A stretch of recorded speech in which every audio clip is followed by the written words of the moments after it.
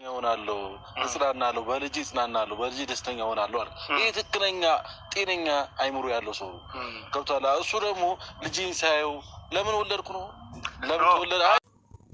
ሰላም ጤና ይስጥልኝ ውድ ተመልካች፣ እንዴት ናችሁ? ደህና ናችሁ ወይ? እግዚአብሔር ይመስገን እኔ በጣም ደህና ነኝ። እንግዲህ ውድ ተመልካች የአብርሽ ወንድሞች ሁለቱ ኤፍሬምና ዲቭ ነው የሚባለው ተገናኝተው እንግዲህ ትላንትና ስለ አብርሽና ስለ ሄርሜላ ስለ ሩታ እያወራ ነበረ።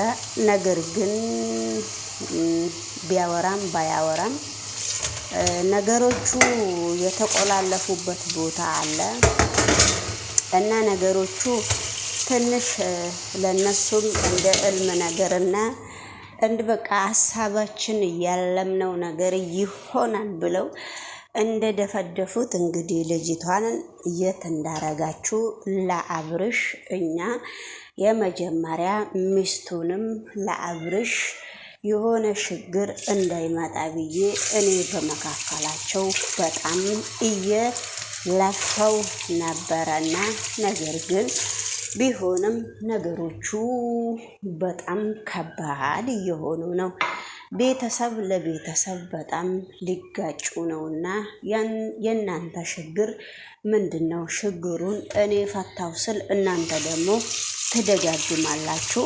ግን ምንድነው እንደዚህ አይነት ነገር? አንተም እስከ ቤትህ ድረስ ሄርሜላን ለብቻዋ ጠርታሃት እቤቴ እጋብዝሻለሁ ማለትክ ወይስ ምን ማለት ነው? ነውረኛ ነገር አትፈራም ወይ? ከመቼ ወዲህ ነው? ሄርሜላን ባለፈውም በጣም ነው ያስደነገጥካት፣ በጣም ነው ያቆሸሽካት።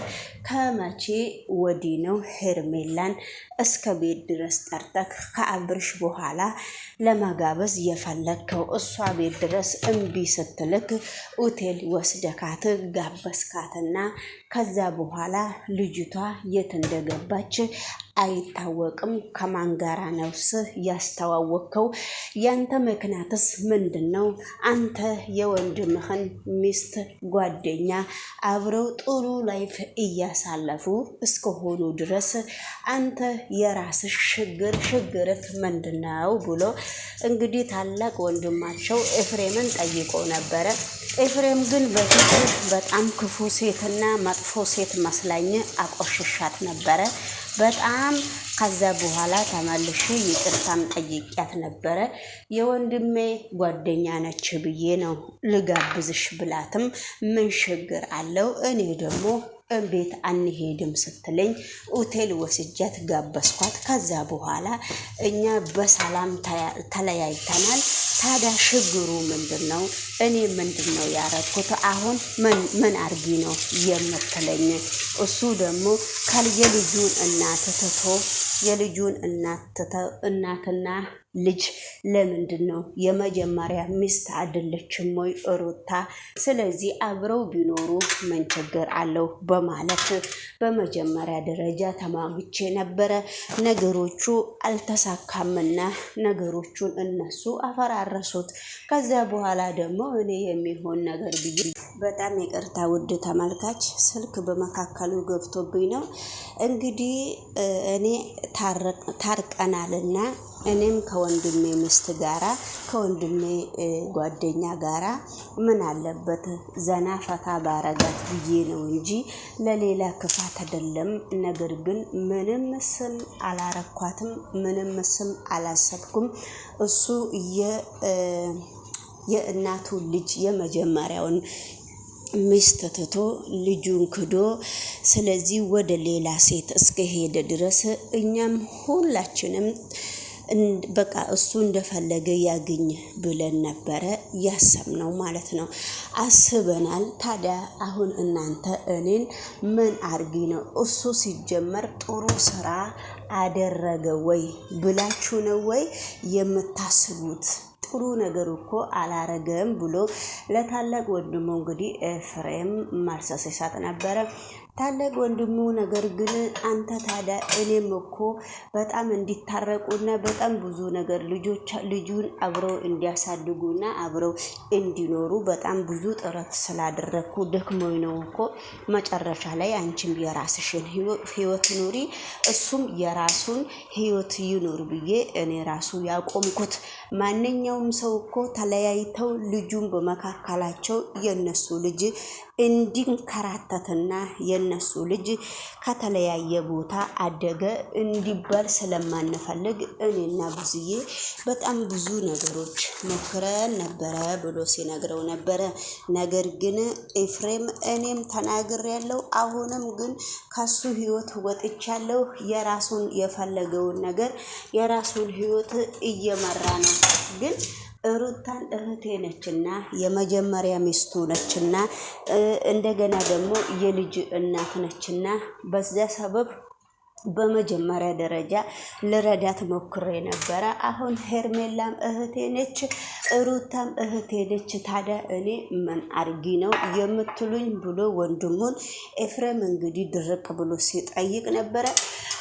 አሁን እንግዲህ ሁሉም ሰው ኤፍሬም እንዳገታትና ተስማምተው እንዳገቱ ነው። እንግዲህ ሁሉም ሰው አይኖራቸው መቼም የሚዲያ ነገር በጣም ከባድ ነውና ሁሉም ሰው አይምሯቸው ውስጥ የቀለዱትና በቃ በራሳቸው የሆነ እየተጫወቱ ያሉት ማለት ነውና በርግጥ በራሴም እንደ ሰውኛ እነሱን እንደምከታተል እውነት ነው። ሄርሜላ በሰው ህይወት ገብታ በጣም ነው በሰው ህይወት የበጠበጠችው። አብርሽን እንደ እህት እንደ ወንድም እያለች በድብቅ አፍቅረው የሱ ህይወት የሩታ ህይወትና የሱ ህይወት ውስጥ ገብታ ሩታ እርጉዝ ሆነም በጣም ነው እንግዲህ ሰው እስከሚገርመው ድረስ ህይወታቸውን የበጠበጠች ማለት ነው። በጣም ተለመናለች፣ በጣም በብዙ ሰው ተለመናለች። ከነሱ ህይወት ውጪ በቃ ብቻ ወጣ ገባ እያለች ለራሷ ነው ይሄን ኮተት ያመጣችው ብዬ ነው የማስበው። እንግዲህ ውድ ተመልካች እንግዲህ በአዲስ ቪዲዮ መጥቻለሁ። ላይክ እና ሰብስክራይብ እያረጋችሁ ይሄንን ቻናል ዝም አላችሁ እኮ ውድ ቤተሰብ ዘጋችሁኝ። ለምን እንደሆነ ባላቅም በዚህ ቻናል በጣም ጨከናችሁም አልጨከናችሁም እንግዲህ ወደፊት እናያለንና በርቶልኝ። እንግዲህ እናንተም ሄርሜላንም እንግዲህ ባለችበት ቦታ እውነት ሆነ ውሸት ሆነም እግዚአብሔር የጠበቃት የአብርሽ ውሽማ እንግዲህ በየቦታ ሰውን አንጫጫች ማለት ነውና በጣም አደገኛ ሴት ነች በነገራችን ላይና ደፋርና አደገኛ ሴት ማነች ብትሉኝ ሄርሜላ ነች። ምክንያቱም በሰው ትዳር ገብታ እንደዚህ ያመሰቃቀለችው የራሴ ትዳር ምን ያክል ነው የሚያምርልኝ ብላ ነው እንደዚህ ያጨመላለቀችው። ይሁን እኔ ለራሴ በጣም ትልቅ ጥያቄ ይሆንብኛል። ሁሉ መልካም ሁሉ አምሮባል ወንድሜ እንደዚህ ሊመረብህ እንጂ ወንድም አለም አመሰግናለሁ። እንዴት ናችሁ? አለን እግዚአብሔር ይመስገን። ሁሉ እንዴት ናችሁ? ፋሚሊዎች ደህና ናችሁ?